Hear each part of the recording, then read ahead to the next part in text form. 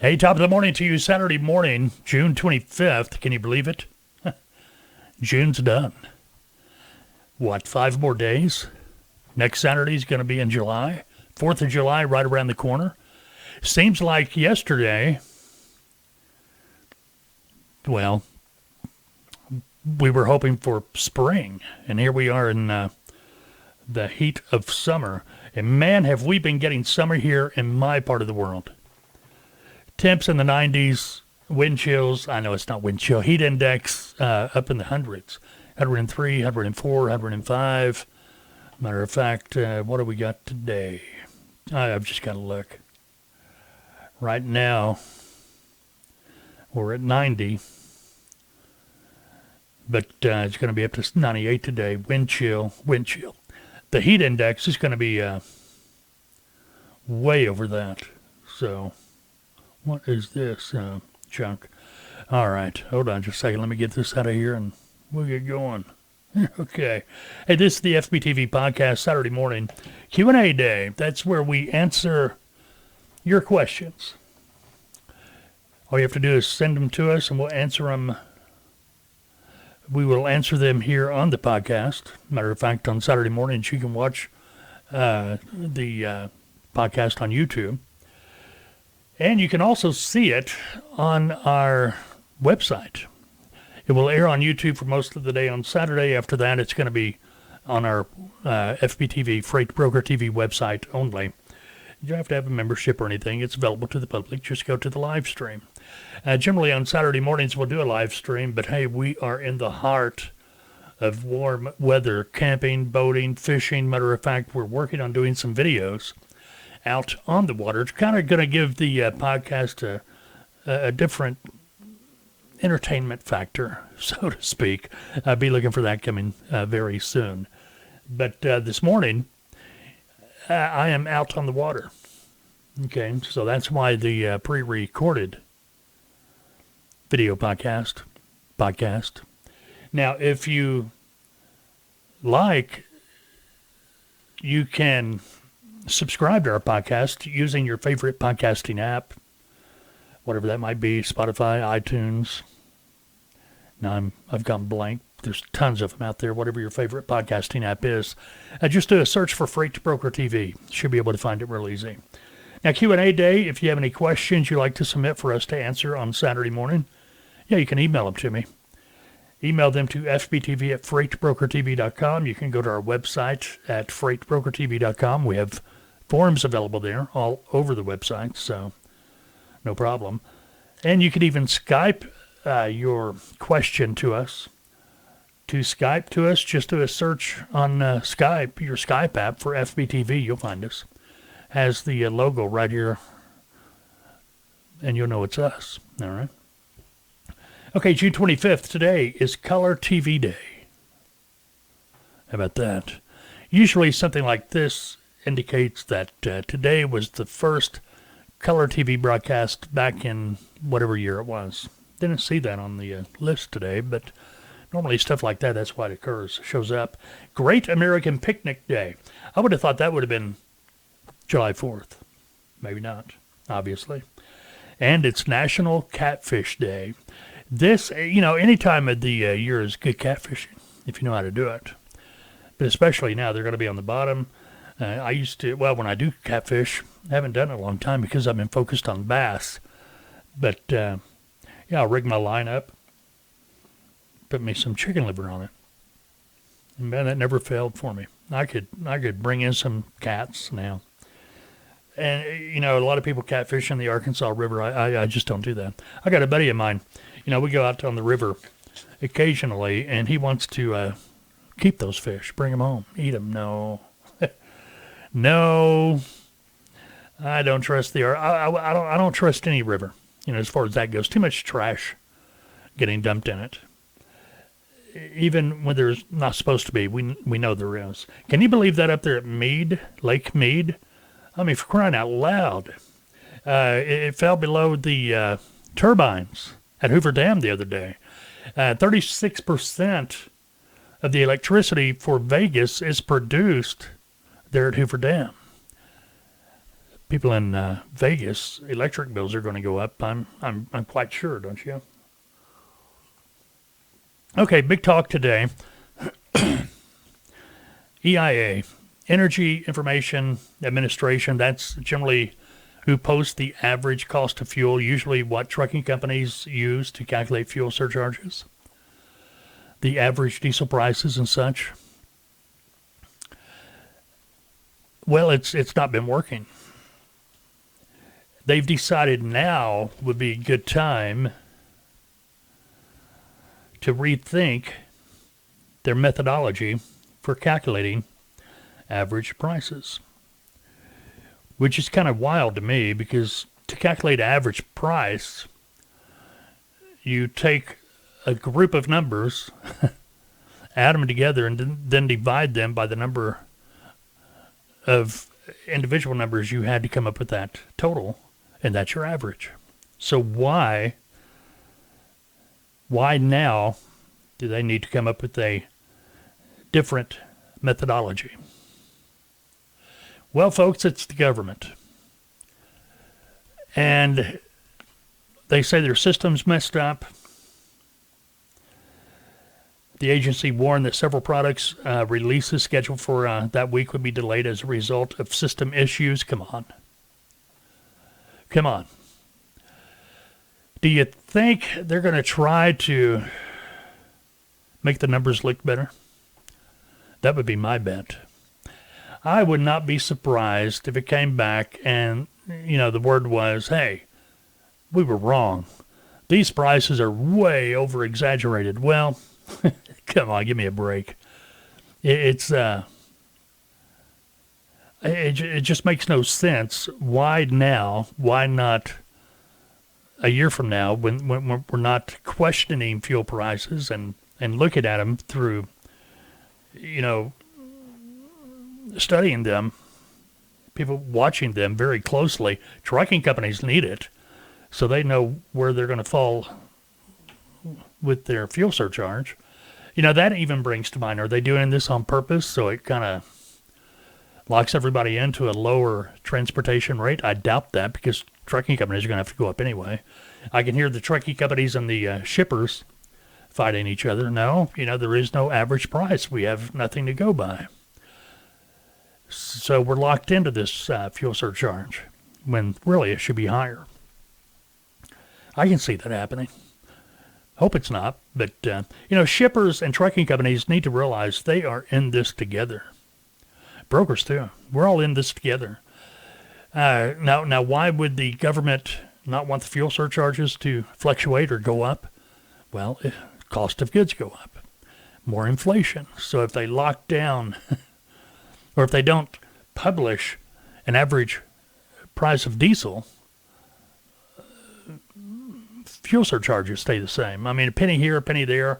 The gasoline tax, holiday, 18-something cents a gallon. Woohoo. Even on my gas guzzler of a truck, I think it works out to like over a 3-month period, I'll save $40. Do something real. Anyway, we'll have to keep an eye on that. Speaking of oil industry and gas and diesel, meeting with Energy Secretary Jennifer Granholm with oil industry executives to discuss lowering gas prices and boosting domestic oil supplies. Well, the people who attended the meeting, oil companies anyway, say it was constructive, but did not produce a major breakthrough. Of course it's not. Groups representing the oil industry and refiners, that's what they talked about and said about it on Thursday. Wouldn't you like to be a fly on the wall? I am sure that the oil companies probably have some choice words for Jennifer. Probably something like, hey, the reason oil is so high, let's take Putin out of the picture. Let's take Ukraine out of the picture. The prices would still be high. Maybe not as high, but they still be high because your boss came after us. I mean, that's the bottom line. You can go back to before Biden when he was just running for president, and he said he was going to do this. But anyway, neither here nor there. Anyway, Biden called on Congress to suspend federal taxes on gasoline and diesel fuel as a way to relieve high gas prices. Now, with a big truck, however many cents per gallon, that's gonna translate to a lot, because they're putting 300 gallons at a time. Well, maybe not 300, but you get the idea. They got some of them have 300 gallon tanks. Hopefully they're not putting 300 gallons in, but 200, 250 gallons on a low tank. 200, 250 times 18. That turns into a pretty penny, especially when you're over a 3-month period. That could turn into thousands of dollars, especially if you're a big trucking company. That's going to be a substantial savings. And you're going to have to wonder, if this is something to do with the EIA not publishing average fuel prices, waiting for that 18 cents a gallon to be deducted so they can automatically deduct it. I don't know. It's just nuts to me. Anyway, Biden is also calling on states to suspend their own gas taxes. We'll see about that. I know Arkansas. There's a lot of states just went up here recently. They use that money to fund different aspects of the state. A lot of states won't be able to give up that money, so it'll be interesting to find. All right, what is going on today? It's Q&A day, as you already know. Today's impossible question. Let's get to that before we go any further. Pharmacists say this is the number one question they are asked. What is that question? Pharmacists say this is the number one question they are asked. What is that question? Oh, getting back to fuel prices. Since we don't have the EIA, we do have the AAA. They are putting up daily averages. From what we've collected, diesel is now $5.81 a gallon on average. 1 year ago, it was $3.23. Gasoline is now $4.93. Now, this is low grade. Not E85, but low grade. $4.93 a gallon. A year ago, it was $3.08. This is ridiculous. Okay. All right, having a birthday today. George Orwell, June Lockhart, Phyllis George, Ricky Jarvis, all born on this day. Orwell, 1984. If you haven't read it, you should. Very prophetic. I remember back in 84, everybody was waiting, doing comparisons. This didn't happen, this didn't happen. Here we are in 2022. It's happened. Here's some things you might want to know. Kraft Macaroni and Cheese is changing its name to Kraft Mac and Cheese. Just thought you might want to know that in case you're at the store and you can't find Kraft Macaroni and Cheese. All you can find is Kraft Mac and Cheese. Same thing. Bloodhound named Trumpet won the Best of Show at the 146th Annual Westminster Dog Show. I'm sure Trumpet's owners are happy about that. Gloria Estefan, who's she married? Blake Shelton? Is that right? I can't remember. Anyway, Gloria Estefan says she's happy that she didn't perform at the 2020 Super Bowl halftime show. She said she would have had to diet in December, and she really didn't want to do that. Hey, remember the gas station manager we talked about a couple of weeks ago in California who accidentally set the price of diesel at just 69 cents a gallon. And by the time they had realized the mistake, the station had lost $20,000.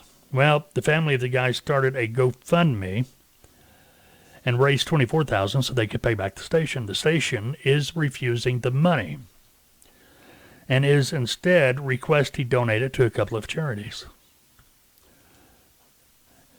But I guess he still is fired. $20,000 mistake. I get it. But he tried to pay it back. People try to come to, anyway, is what it is.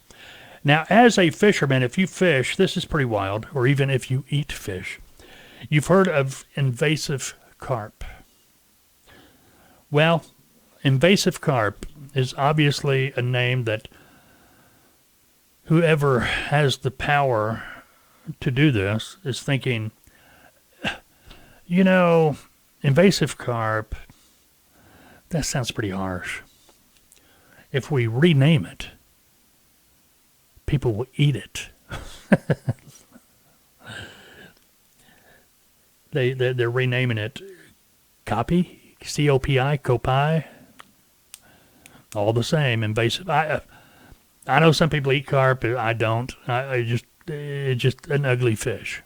I don't even like catching them, to be honest with you. But and I know I've seen recipes. People brag about carp, and if you cook it right, it's good.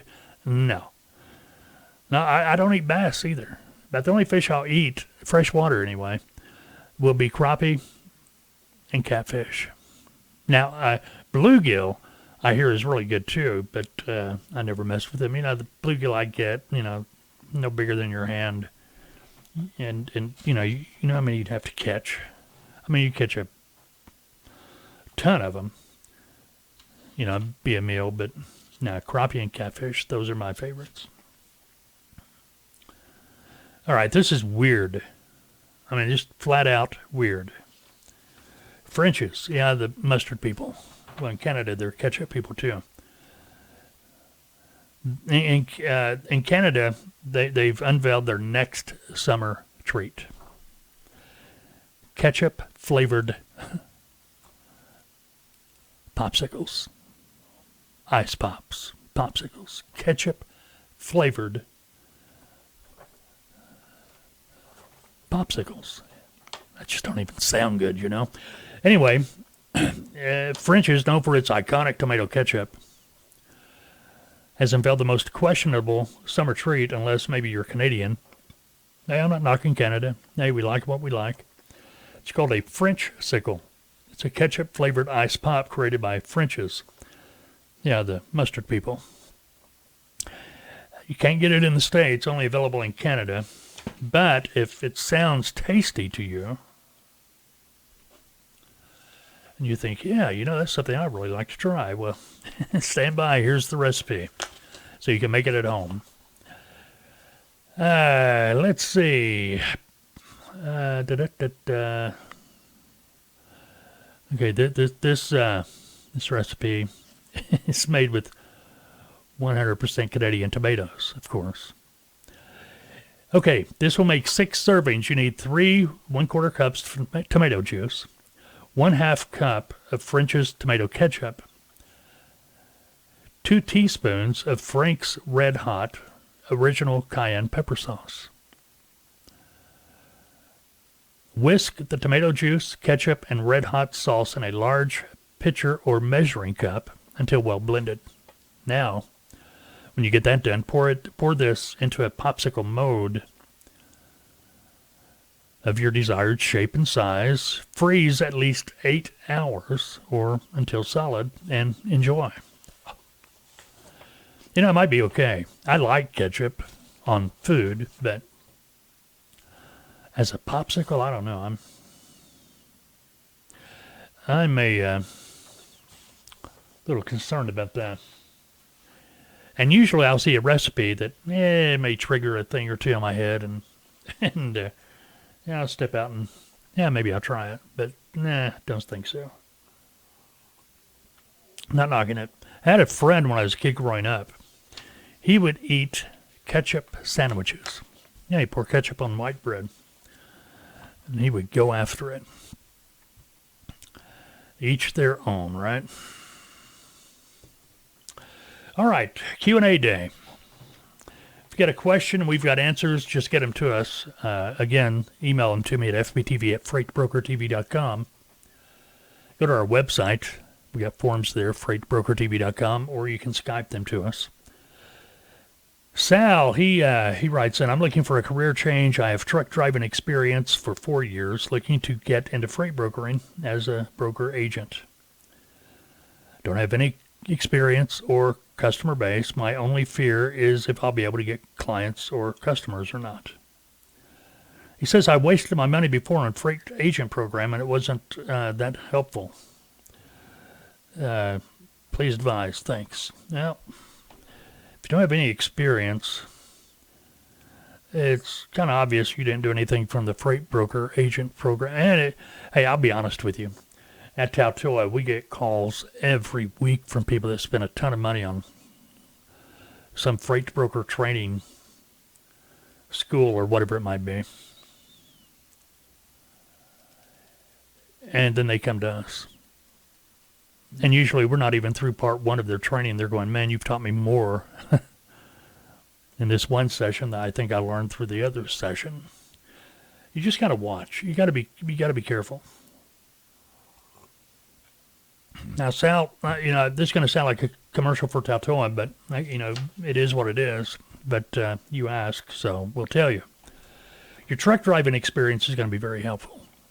I don't know what kind of equipment you've been pulling, but I do recommend, if you're like most drivers, you've kept pretty good notes about places you picked up and delivered. Be it flatbed, drive-in, or refrigerated loads. Start pulling out those notes, get a yellow pad, and start writing down the name of the companies you've picked up or delivered. Write down the city and state and the phone number. And since you've been there to these places, write down anything you remember that might be helpful. What you're doing here is creating your original prospect list. Companies you want to call when you're able to start doing so legally. Now, you don't want to make any contacts until you are either working as a broker agent under a licensed broker or you've started your own brokerage under your own authority. Now, understand that any legitimate operation that provides any type of training to work as a freight broker agent, whatever, that training is only going to be as good as the effort you're willing to put into it, bottom line. If you're not willing to put the effort into it, what you've got to do, and I'll just tell you right up front, what you're going to have to do in the beginning is stay on that telephone making sales calls. Hundreds of them a day if you're able to. The point is you've got to build a customer base. From that customer base, you're going to have a quantity of loads. And that's the main thing. You've got to have a quantity of loads. From that quantity of loads, it's going to help you get out of that startup period quicker to where you are in a position to start making money. To get you in that position to where you are able to start projecting your monthly, annual, weekly income. This takes time. It doesn't happen overnight. A lot of people want it to be now. We had an individual a while back. They came out of independent dispatch service and went through the training, and they thought everything should be given to them on a silver platter. They got upset. Well, no, it's your business. It's your operation. What they were comparing it to a dispatch service. Yeah, you're 5-10% after you get a load off the load board from a broker. Yeah, it's easy. That's easy to do. Anybody can do that. We've got videos about that. And matter of fact, the FMCSA is doing a study right now trying to figure out what kind of laws they're going to pass if they're even going to allow a dispatch service to be legal. But the point I'm making is some people just don't want to put in the effort. You've got to put in the work. It's your business. Doesn't matter if you're an agent, if you're a brokerage, working under your own license. Man, if you're not willing to pick up that phone and put in the work, why bother? You're just not going to make any money. You're not going to make any headway, and it takes time. The mentorship program that we have through Tautoa, the mentorship program provides our clients the opportunity to begin their broker operation as a freight broker agent through us under our licensed brokerage. That allows them to get out there almost within a couple of days of finishing training so they can begin gaining the real-life experience as a freight broker, as an agent, but a freight broker. Freight broker and a freight broker agent, pretty much the same thing. The only difference is the freight broker has the license. The freight broker agent is contracted to that company, legally working under that license, and they're getting paid a commission by the broker from the profit on every load they move. Even in the mentorship program, we pay 60%. That's pretty much standard in the industry. Now, you say your only fear is if you'll be able to get any clients or customers, any loads, basically. Yeah, you're going to be able to. If you're making the calls, you're going to get customers.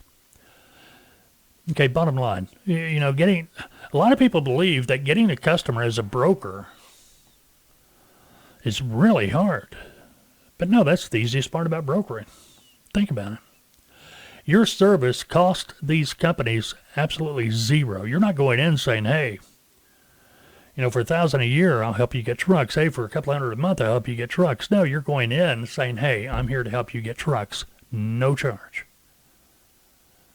No charge. You're making your money from what that customer's already paying to move the load. See what I mean? But if you're not going in saying, hey, pay me this much and I'll get you trucks. No, you're not doing that. So you're helping that company stay in business because, believe me, if they can't get trucks to get the loads picked up and out the door to their customer, they're not making money. They can have all the orders stacked up a mile high, but if they can't get the trucks to pick up those orders to get them delivered to their customer, they're not making anything.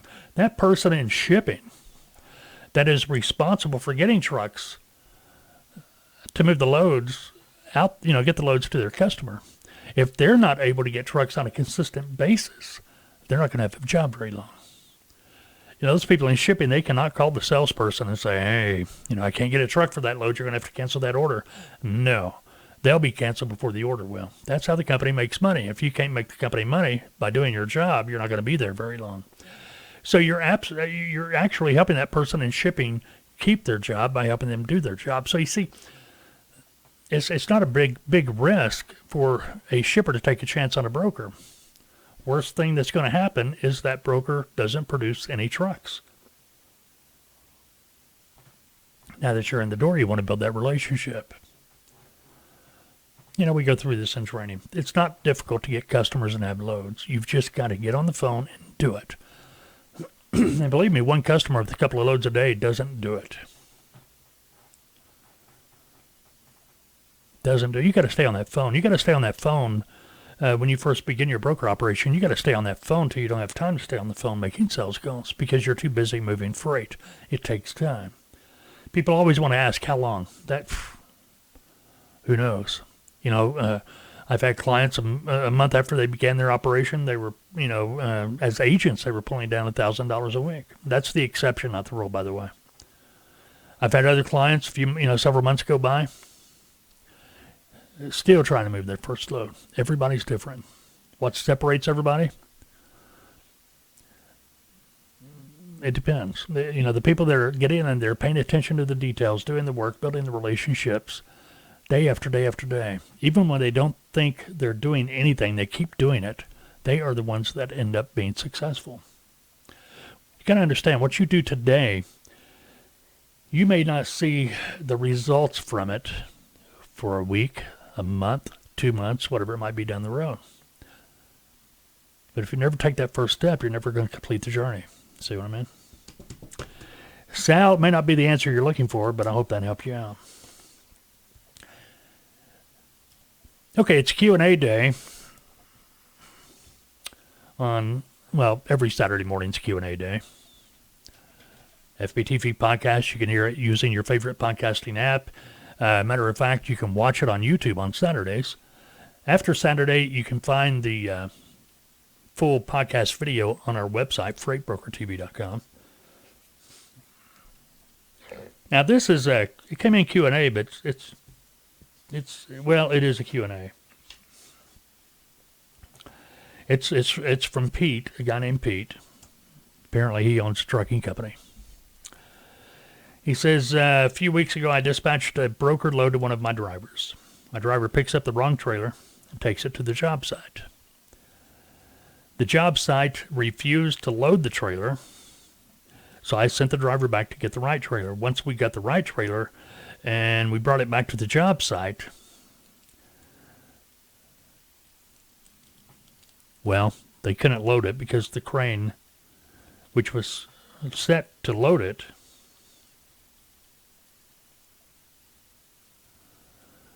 had left.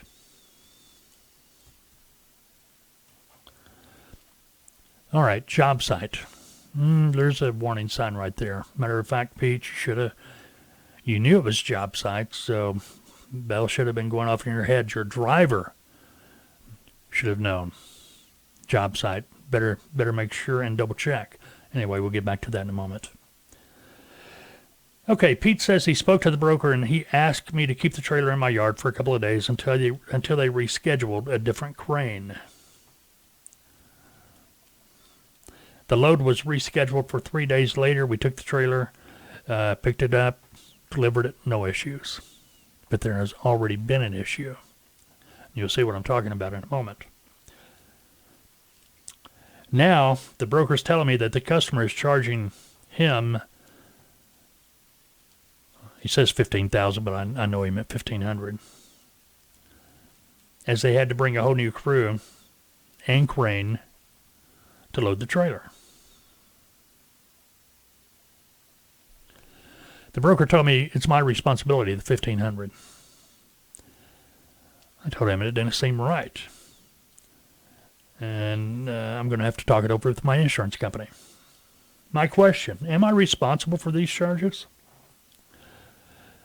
I mean, I know we didn't deliver or have the correct trailer when we went to load. And they did have to reschedule a different trailer, but $1,500? Come on. The load only paid $2,000. What do you think I should do? The rate confirmation states $100 for missed deliveries and an additional late delivery charge assessed by the consignee may also apply. Well, you're talking about two different things here, you're apple and oranges. One, Pete, your driver showed up with the wrong trailer. When I was doing flatbed, and I did flatbed, I like flatbed. Didn't like tarping, but nobody does, but that's part of the job. And to be honest with you, it always cracked me up when I brokered flatbed freight. And I have flatbed trucking companies say, we don't do tarps. We don't carry tarps. But you're a flatbed operation. Anyway, neither here nor there. They're always... I get it, nobody likes to tarp, but come on, that's money you're giving away. Or you're refusing because you just don't want to do the work. But anyway, the broker, I'm sure, told you that it was a scheduled appointment time. The driver had to be there at whatever time it was. It was a job site load. It was a job site. Whenever I've had to pick up or deliver freight to a job site, it was hammered into my head, I better not be late. They had a crane that was scheduled to unload me. Somebody had to pay for that. I'm sure the broker, it was on the confirmation. I'm sure the broker told you. And to be honest with you, if I'm the broker and I have a situation like this, I want to dispatch the driver. I want the driver to know exactly how important it is. I want to make sure the right information gets to that driver. I'm not going to give it to somebody else, be it a dispatcher or even a trucking company order, and expect the correct information to make it to the driver. I want to be sure. I don't want to hear, well, I told the driver he didn't do what I told him to do. No, because what's generally going to happen? No, he didn't tell me to do that. Nobody told me. It's one of those things. This way, if I'm the one dispatching the driver on a load like this, I know the driver knew. As far as picking up the right trailer, I'm guessing you had step decks, flatbeds, whatever it might have been. Maybe load boys. I don't know what the load was or whatever. But you dispatched the driver. You say the driver picked up the wrong trailer. The driver should have known what trailer needed to be picked up. He should not have been left to guess. And if the driver called and said, hey, which one should I get? You should not have guessed. You should have picked up the phone and called the broker. Flat out. Now I'm going to back up here. If the broker did not communicate this to you, Pete, well, this should fall on the broker. I mean, that's the bottom line. If the broker failed to communicate any of this to you, the urgency, it was a crane, job site, but you use the words job site. If you didn't know it was job site till after, but it's really hard for me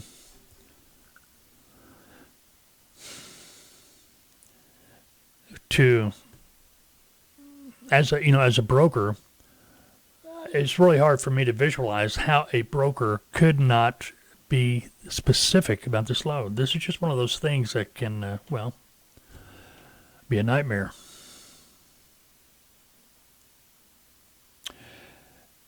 Are you responsible for these charges? Absolutely.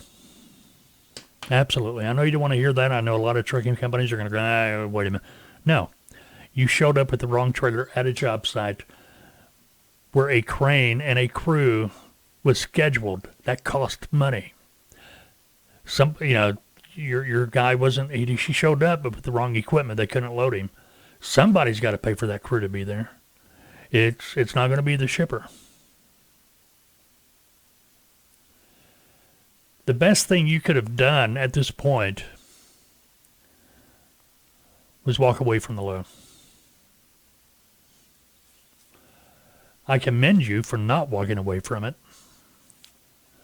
but you should have known. It was a job site. There was a crane. Somebody was paying for that crane. Now they're going to have that crane come back out at another time. That's going to be double expense. You got to pay for that. That time's got to be paid for. That equipment's got to be paid for. Used or not, it's got to be paid for. So yeah, it falls back from you, on you. If you would have turned down the load, if you would have, just walked away from it, I'll tell you what would have happened. The broker would have ended up paying for it probably. Probably. Is it a claim you could file on your insurance? Possibly. Possibly. You just got to have to talk to your insurance people. Best thing you could probably do, though, is eat it. They were paying you $2,000, charge you $1,500 for the cost of the crane. Well, you walked away with $500 on the plus side, not counting the fuel and everything. I understand that, but that doesn't replace the $1,500. But if you file a claim for negligence, that could increase your insurance premium. You see what I'm saying? But yeah, I feel your pain, and you go down here, what do you think I should do? The rate confirmation states 100 for missed deliveries. This wasn't a missed delivery. This has nothing to do with delivery. It has to do with loading.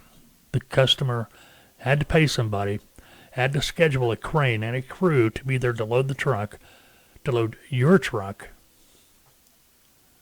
and your guy messed up. Bottom line. I know some companies, trucking companies, let that fall back on the driver. The driver messed up. It's their fault. But if you didn't explain to the driver which correct trailer they needed to get, if the driver was unsure and they just backed up and hooked up to a trailer and went on, it's not the driver's fault. It falls back on you. So Pete, chalk this up to a learning experience. It could have been a lot worse. My recommendation is to learn from it. Take the $500 that you made off of it, apply that to your bottom line, cut your losses, and move forward. All right, continuing on, Q&A day, Fuzzy. I like that name, Fuzzy. I'm sure that's a handle, huh? Hey, Fuzzy, you got a copy. Anyway, Fuzzy writes, when a broker or shipper cancels a load on a carrier, oftentimes truck order not used as an order, correct? But when a carrier cancels a load, it costs the broker time and money to find a new truck, if they're able to. Sometimes there are obvious, legitimate reasons. Sometimes it's obvious that the truck just found a better paying load and left you holding the bag. Other than blacklisting the carrier, is there any type of financial recourse, like I like the way we do, like charging a broker order not used fee, similar to a truck order not used? Well, no, not realistically, unless it's built into your broker carrier agreement. If they're, if you've got to sign load confirmation from the carrier and they back out, then you have the right to charge them X amount of money. Yeah, absolutely. I mean, there isn't. Matter of fact, most brokers, they don't have a contract with their customer. The customer, when it's broker and a customer, truck order not used, more times than not, the broker's asking for it. It's not guaranteed anywhere in writing. But customers, shippers, they know that truck order not used fee is pretty standard. So when I was brokering, if I had the load confirmation from my shipper and a load confirmation from the carrier, everything was a done deal. And for whatever reason, I mean, it's trucking. Trucking happens. For whatever reason, the customer called and said, hey, this load fell through. We're going to have to, cancel it. Okay, understand, as a broker, you've got one chance to get money out of the customer. First of all, you've got to take into consideration human emotion. Your customer, the last phone call they want to make is to call you and say, hey, sorry, but they don't want to do that. I mean, it's bad news. They don't want to do that to anybody. It's just, nobody wants to give bad news to somebody. So you've got them at an emotional state to where you can get money out of them because they're expecting it. But if you let that moment slip by, you can kiss it goodbye. They're not going to pay you a penny. So what do?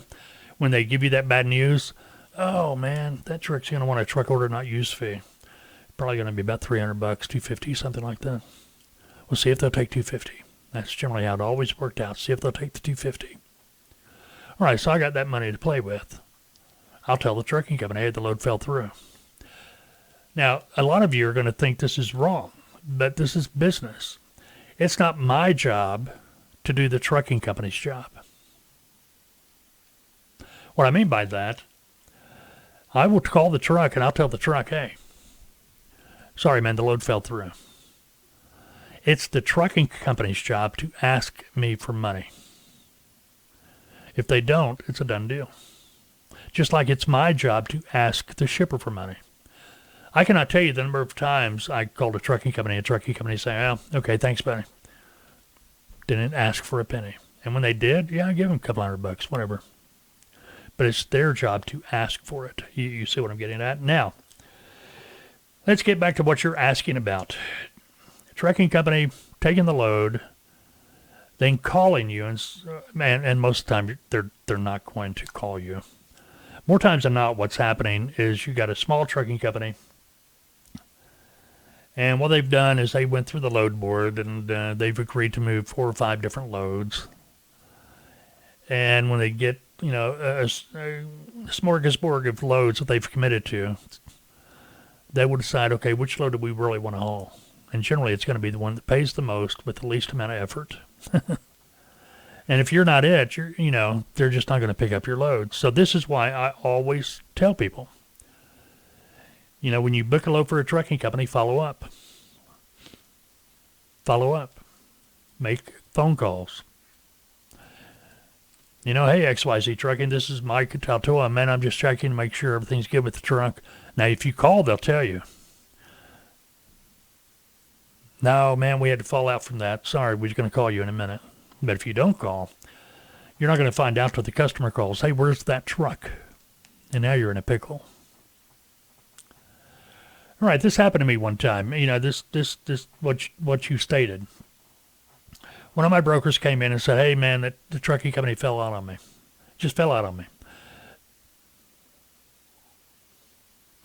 And I knew immediately, after the broker explained to me what the truck said, the truck told the broker that their truck broke down. Wouldn't be able to pick it up. That is the oldest excuse in the book. The truck broke down. If you're a new broker, my recommendation is never, ever tell your customer the truck broke down. That's the equivalent to the dog ate my homework. You don't want to use that. That will tick a customer off quicker than you can say espialidocious. I mean, that's just no. If it's a reputable carrier, they will call and say, hey, listen, my truck went down. We're in the shop. We're not going to be able to pick it up today, but we'll pick it up tomorrow. Or as soon as my truck gets out of the shop, we'll head over there, pick it up. That's what a reputable carrier does. They communicate the problem, tell you the solution, when they're going to be able to provide the solution. That way, you're in the know. You can contact your customer, and arrangements can be made. That's how you do it. That's how it should be done. Whenever you got a trucking company telling, hey, man, the truck broke down, and that's where they leave it, you pretty much know they're dropping your load for another, or for some other reason they're not telling you. And more time than not, it's going to be a higher paying load. Something they're not going to honor what they said they were going to honor. And I know there are trucking companies out there going to say, hey, we're just, turnabout's fair play. Nah, you got to build your own reputation. If that's the kind of reputation you want to build as a trucking company, that's fine. Just like a broker. If a broker's building a bad reputation for their brokerage, that's their problem, But anyway, I say, give me the trucking company's phone number. I called the trucking company, and I played a little game with them. I called, and I said, hi, this is Mike with Tautoa. Listen, I understand the truck broke down. Yes, it broke down. Well, that's fine. You can pick it up tomorrow. Not an issue at all. The load's not. We've got a pretty good size window on this. Not a problem. Oh, I don't think the truck's going to be ready tomorrow. No, that's fine. A couple of days from now is fine. Now, I don't know how long it's going to take. Well, next week is fine. You can pick it up next week as soon as the truck gets out of the shop. We really don't know if the truck's going to be out of the shop next week. Well, no problem. Like I said, there's no window. It's not urgent. So when your guy gets out of the shop, you can head over there, pick it up, and we're all good. No, I don't know when it's, we better not do that. That's when I said, oh, man, I hate to hear that. We're going to have to charge you a $250 load ordered, not picked up fee. And the guy on the other end of the trucking company, do what? Go, yeah, the customer's going to charge $250. We're going to have to charge you for, accepting the load, the paperwork being done, and now you're canceling. So there's going to be a $250, load ordered, not picked up fee. He said, hold on a minute, let me call you right back. A couple of minutes later, the trucking company called back, hey, look, we're going to be able to pick that up after all. Is there a such thing as a load ordered, not picked up fee? If you've got it, you're going to have it in your contract, something like that. But fuzzy, you can take that for what it's worth. You can take that for what it's worth. Right. All right, Q&A day every Saturday. Every Saturday morning, Freight Broker TV Podcast. Every Saturday, FBTV Podcast, Q&A day. If you got any questions you like answered on Saturday morning, well, give us a shout or send them to us. Email them to us, obviously. FBTV at freightbrokertv.com. We have forms on our website at freightbrokertv.com. Skype them to us at FBTV. All right, from the Did You Know department, or is there something else in here? Asheville, North Carolina lost power the other day, downtown. 3,000 in downtown Asheville. Apparently apparently a squirrel was involved. We've had that happen around here. A squirrel get into a power station and, a squirrel crosses two wires and they shouldn't have and causes all kinds of havoc. Okay, today in history, the fork is introduced to American dining by Governor Winthrop. That was on this day back in 1876. Custer's last stand at Little Bighorn in Montana happened. Back in 1938, the federal minimum wage guaranteed workers 40 cents per hour. Now this is wild. In 1977, Roy C. Sullivan, now he was a U.S. park ranger. Anyway, he's out of Virginia. He's struck by lightning for the 7th time, and it didn't kill him. This date back in 1993, David Letterman taped his last Late Night with David Letterman for NBC. And he was moving to CBS. He'd show up on CBS August 30th. I remember that. That was a long 2 months. Seemed like it anyway. All right. Anything else? I think that's about going to cover it. Okay. Every Wednesday and Saturday we do podcast. The Wednesday podcast, video podcast, is going to be made available on YouTube. Saturday mornings for Q&A be available on YouTube on Saturdays. Then you can find the entire video podcast on our website at freightbrokertv.com throughout the next week. And you'll find the topics or the Q&A split up into separate videos on the YouTube website from that week. Make it easier to pick the ones you want to listen to and such. Keep in mind, too, we have the audio podcast on your favorite podcasting app. Anyway, that's going to wrap it for this Saturday morning, June 25th, Freight Broker TV Video Podcast. Go have a great weekend. Unless, of course, you've made other plans. We'll see you after a while.